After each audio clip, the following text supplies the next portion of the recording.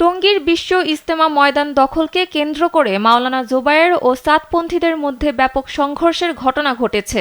এতে নিহত হয়েছেন ৩ জন এবং আহত হয়েছেন প্রায় শতাধিক। এ ঘটনার তীব্র নিন্দা জানিয়ে বৈষম্য বিরোধী ছাত্র আন্দোলনের আহ্বায়ক হাসনাত আব্দুল্লাহ তার ফেসবুক পোস্টে বলেছেন, সকল ধর্মপ্রাণ মুসলমানদেরকে শান্ত ও ধৈর্য ধারণ করার জন্য অনুরোধ করছি। কোনো প্রকার বিশৃঙ্খলা না করে ধর্মীয় সম্প্রীতি বজায় রাখার জন্য আহ্বান জানাচ্ছি। তাবলিগ একটি দ্বীনি ও ধর্মীয় ইস্যু। ফলে আমরা মনে করি তাবলিগ সহ ধর্মীয় সকল বিষয়াদি উলামায়ে কেরামের মাধ্যমেই সুরাহা ও মীমাংসিত হবে। বলেন, সমগ্র বাংলাদেশের স্থিতিশীলতা রক্ষার দায়ভার আমাদের প্রত্যেকটি নাগরিকের।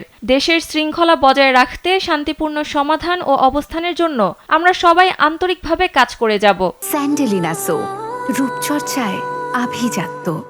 হাসনাত বলেন, সাতপন্থী সমর্থিত সচেতন ছাত্র সমাজের দেওয়া প্রধান উপদেষ্টার কার্যালয় ঘেরাও এবং মাওলানা সাদের ভিসার জন্য বাসভবন ঘেরাও কর্মসূচি ঘোষণা করা হয়।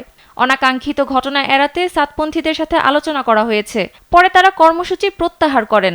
হাসনাত আরও বলেন, আমরা কাকরাইলা আলেমদের উপস্থিতিতে সাতপন্থীদের আরও বলেছি, কোনোভাবেই আপনারা ময়দানে প্রবেশ করবেন না এবং আমাদের নিয়ে যে ভিডিও প্রচার করেছেন তা মুছে ফেলবেন। কিন্তু এর আগেই এই নির্মম ঘটনা ঘটেছে, যা কোনোভাবেই কাম্য নয়। এই ঘটনার তীব্র নিন্দা জানান তিনি।